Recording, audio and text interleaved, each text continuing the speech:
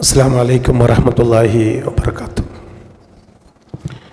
ബിസ്മില്ലാ അൽഹംദുലില്ലാ അസ്സലാത്തു വസ്സലാമു അലാ അഷ്റഫിൽ മുർസലീൻ വഅലാ ആലിഹി വസഹ്ബിഹി അജ്മഈൻ അമ്മാ ബഅദ്. വേദിയിലെ സമാദരണീയരായിട്ടുള്ള നമ്മുടെ അതിഥികളും അതോടൊപ്പം തന്നെ ഈ സംവിധാനത്തിന് നേതൃത്വം വഹിക്കുന്ന ബഹുമാന്യ വ്യക്തിത്വങ്ങളായ പ്രിയപ്പെട്ട കർണാടക ഹജ്ജ് അസോസിയേഷൻ്റെ ജനറൽ സെക്രട്ടറി ജനാബ് ഹാജി ഷഫി അഹമ്മദ് അവർകളെ, വേദിയിലുള്ള പ്രിയപ്പെട്ട അമീറന്മാർ, അതോടൊപ്പം തന്നെ ഇതിൻ്റെ മാനേജ്മെൻറ്റ് ഡയറക്ടേഴ്സ്, ബഹുമാന്യ ഇപ്രാവശ്യത്തെ പരിശുദ്ധ ഹജ്ജ് കർമ്മത്തിലേക്കായി ഒരുങ്ങി നിൽക്കുന്ന ഹജ്ജാജിമാരെ, അവരെ അനുഗമിച്ച് എത്തിച്ചേർന്നിട്ടുള്ള പ്രിയപ്പെട്ടവരെ,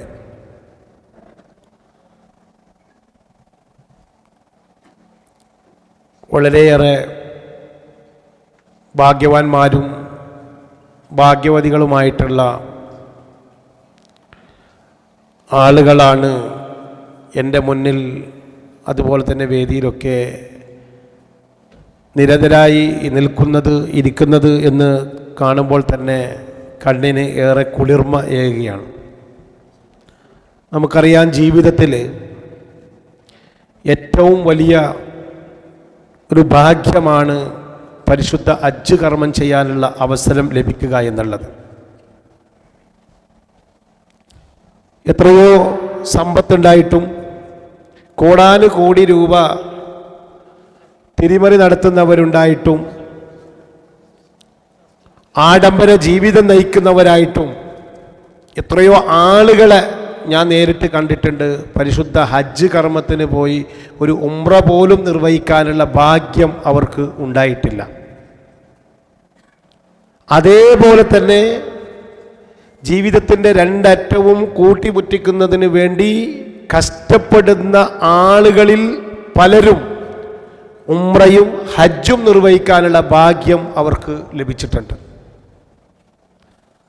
നമ്മൾ ഇതിൽ നിന്ന് മനസ്സിലാക്കേണ്ടത്, പണം മാത്രം കയ്യിലുണ്ടായിട്ട് കാര്യമില്ല, സമ്പത്ത് വാനോളം അല്ല കുന്നോളം കയ്യിലുണ്ടായിട്ട് കാര്യമില്ല. തൗഫീഖ് എന്ന് പറയുന്ന ഒരു സംഭവം, പടച്ചവൻ്റെ തൗഫീഖ് നമുക്ക് ലഭിക്കുക എന്നുള്ളത് അത് ഏറെ ശ്രദ്ധേയമായതും പുണ്യമാക്കപ്പെട്ടതുമായ ഒരു വിഷയമാണ്. അതിന് ഭാഗ്യം ലഭിച്ച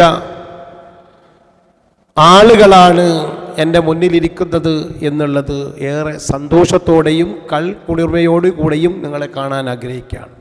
അള്ളാഹു അവിടെ എത്തിച്ച് നമ്മുടെ കർമ്മങ്ങളെല്ലാം ഭംഗിയായി നിർവഹിച്ച് തിരിച്ച് ആഫിയത്തോടുകൂടി നാട്ടിലേക്ക് വരാനുള്ള തൗഫീഖ് അള്ളാഹു നൽകി അനുഗ്രഹിക്കുമാറാകട്ടെ എന്ന് ആത്മാർത്ഥമായി തുടക്കത്തിൽ തന്നെ ദുആ ചെയ്യുകയാണ്.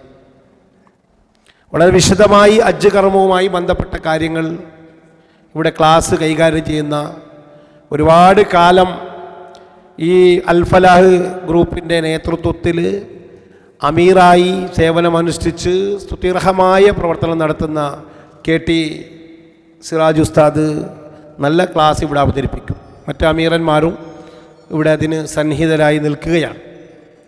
തീർച്ചയായും അള്ളാഹുവിൻ്റെ അതിഥികളായി അവിടെ എത്തുന്ന നിങ്ങളോട് ആദ്യമായി എനിക്ക് ഉപദേശിക്കാനുള്ളത്, നിങ്ങൾക്കെല്ലാം വേണ്ടി ആത്മാർത്ഥമായ ദുആയിൽ, നിങ്ങളുടെ ദുആയിൽ ഉൾപ്പെടുത്തണം എന്നുള്ള ഒരു വസിയത്താണ്.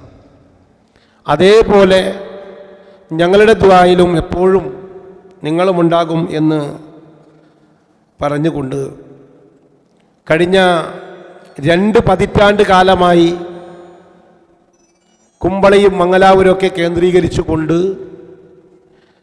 ഏറെ വിശ്വാസ്യതയോടുകൂടി പ്രവർത്തിക്കുന്ന ഒരു സ്ഥാപനമാണ് അൽഫലാഹ് എന്നുള്ളത്.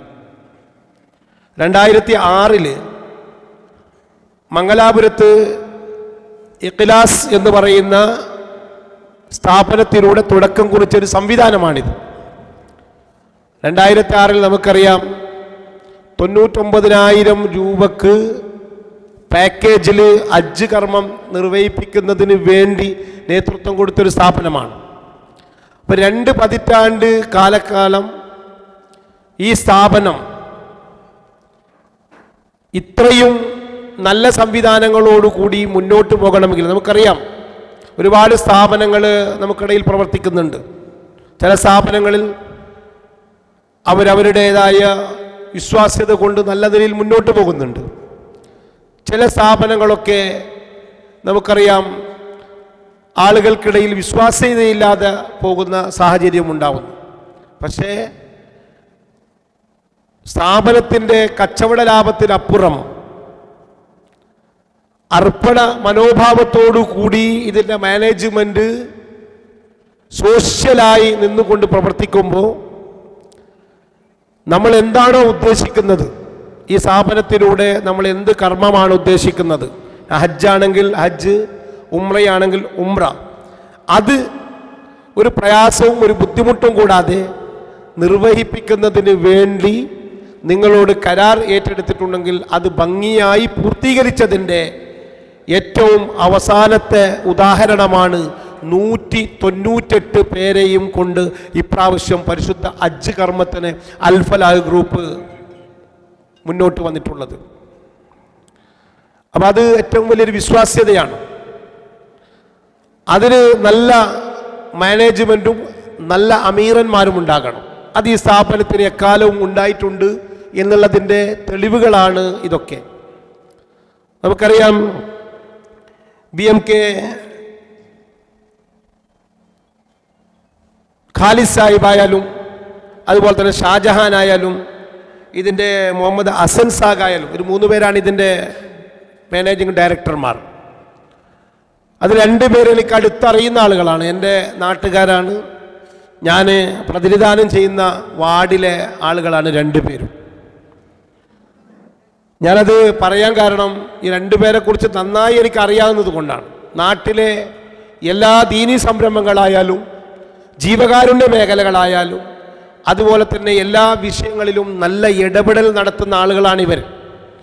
ഇവർക്ക് തിരക്ക് പിടിച്ച അവരുടെ പ്രവർത്തനങ്ങൾക്കിടയിൽ ഒരു ട്രാവൽസ് കോർഡിനേറ്റ് ചെയ്യുക മാത്രമല്ല, അവർക്ക് പല രീതിയിലുള്ള ഏർപ്പാടുകളുണ്ട്, ബിസിനസ്സുകളുണ്ട്, കച്ചവടങ്ങളുണ്ട്, എല്ലാം ഉണ്ട്.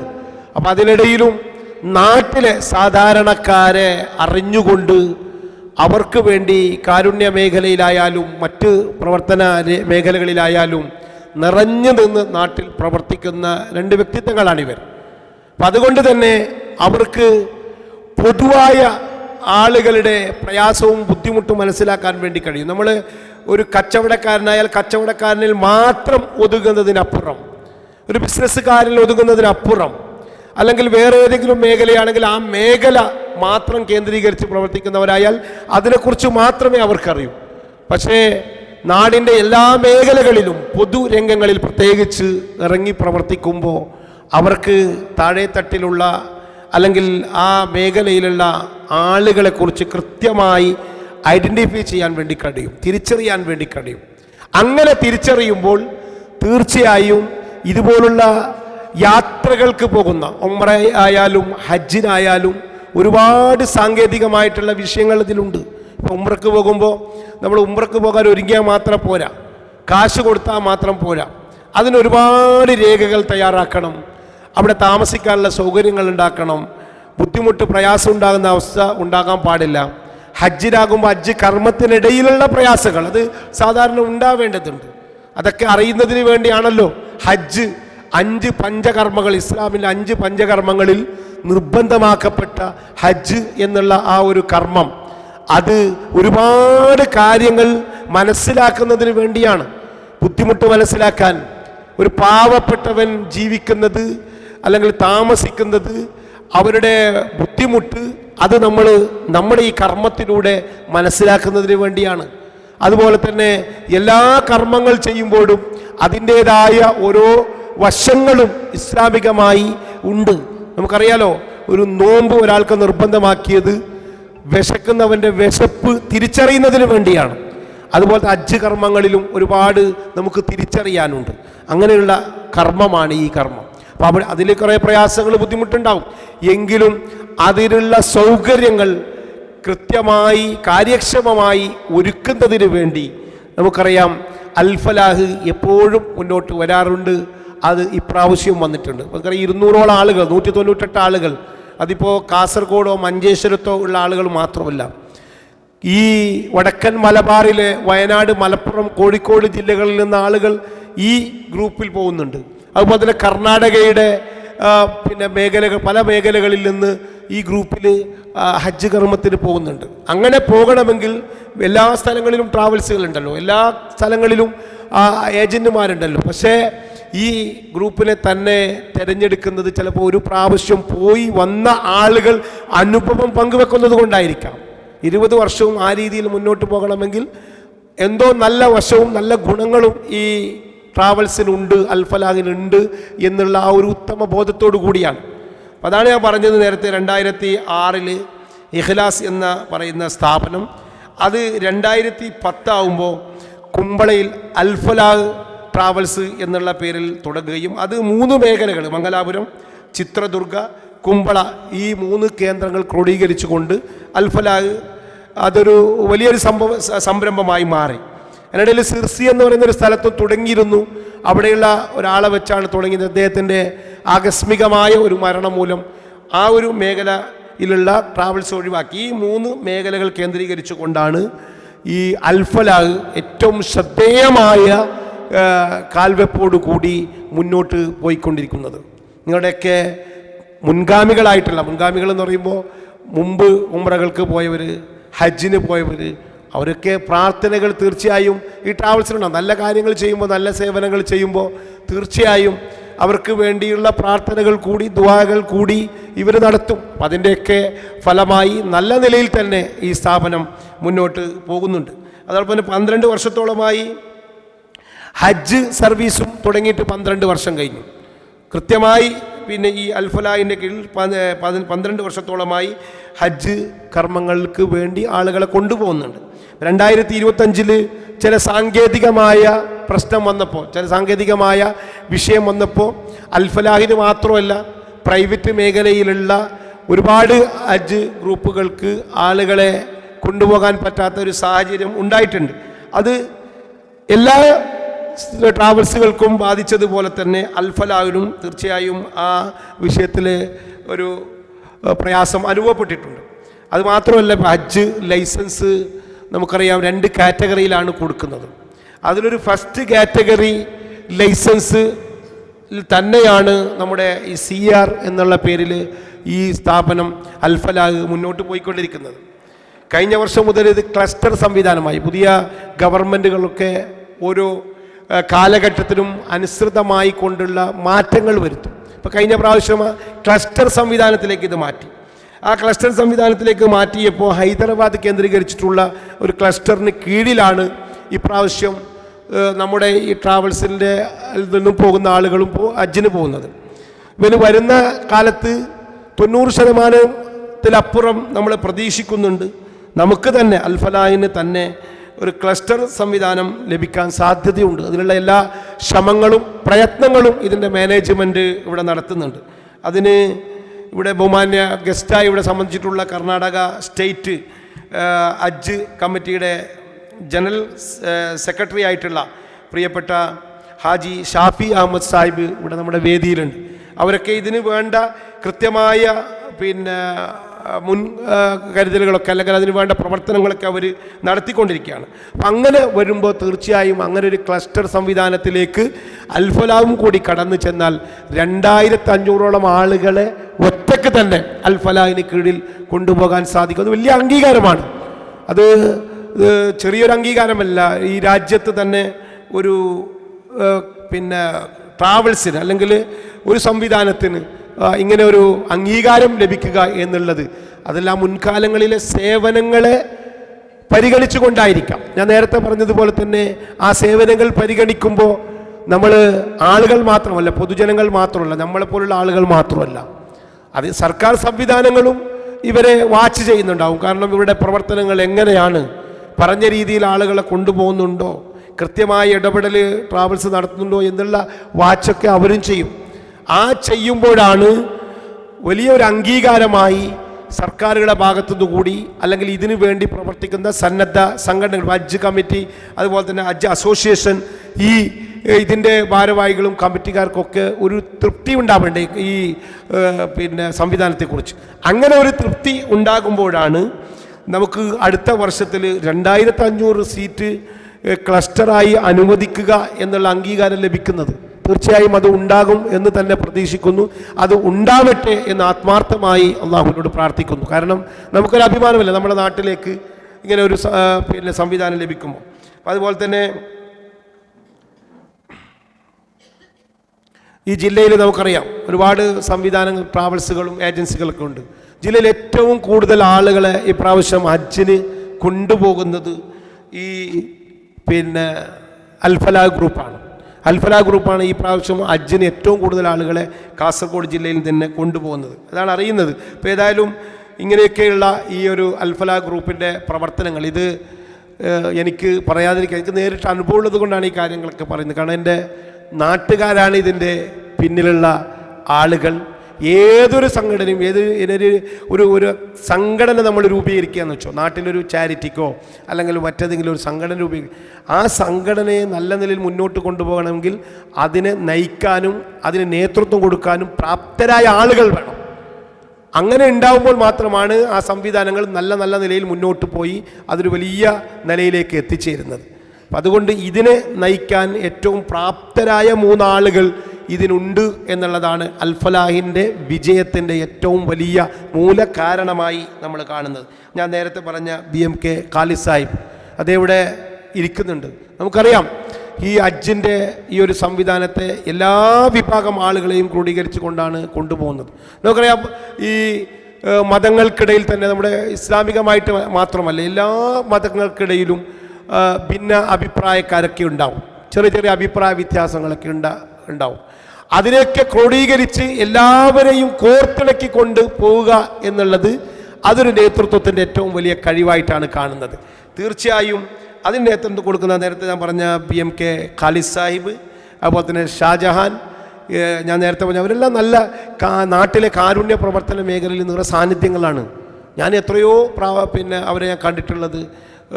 ഈയിടെ ഒരു കുട്ടിക്ക് അർബുദം ബാധിച്ചുകൊണ്ട് വളരെയേറെ പ്രയാസം അനുഭവിച്ച സമയത്ത് ലക്ഷക്കണക്കിന് രൂപയാണ് ആ പാവപ്പെട്ട കുടുംബത്തിന് താങ്ങാൻ കഴിയുന്നില്ല. അതിൻ്റെ നേതൃത്വം വഹിച്ച് അവരെ ഹോസ്പിറ്റലിൽ ഡോക്ടർമാർ പോലും കൈവിട്ടപ്പോൾ പടച്ച തമ്പുരാനോട് ദുആ ചെയ്യുക എന്ന് ഡോക്ടർമാർ പറഞ്ഞ അവസരത്തിൽ പോലും അതിന് പിന്നിൽ ആത്മാർത്ഥമായി ഉറച്ചു നിന്ന് പ്രവർത്തിച്ച് ആ കുട്ടിയെ ജീവിതത്തിലേക്ക് തിരിച്ചു കൊണ്ടുവരാൻ ലക്ഷക്കണക്കിന് രൂപ ചെലവായ സമയത്ത് ആ പ്രവർത്തനങ്ങൾക്കൊക്കെ നേതൃത്വം കൊടുത്തവരാണ് ഇവർ എന്നുള്ളത് അഭിമാനത്തോടു കൂടി നമുക്ക് പറയാൻ വേണ്ടി കഴിയും. അതൊന്നും ഞാൻ ഇവർ പറഞ്ഞിട്ട് പറയുന്നത്, നമ്മളത് ഈ ഒരു അവസരത്തിൽ അത് പറയാതിരിക്കാൻ കഴിയില്ല.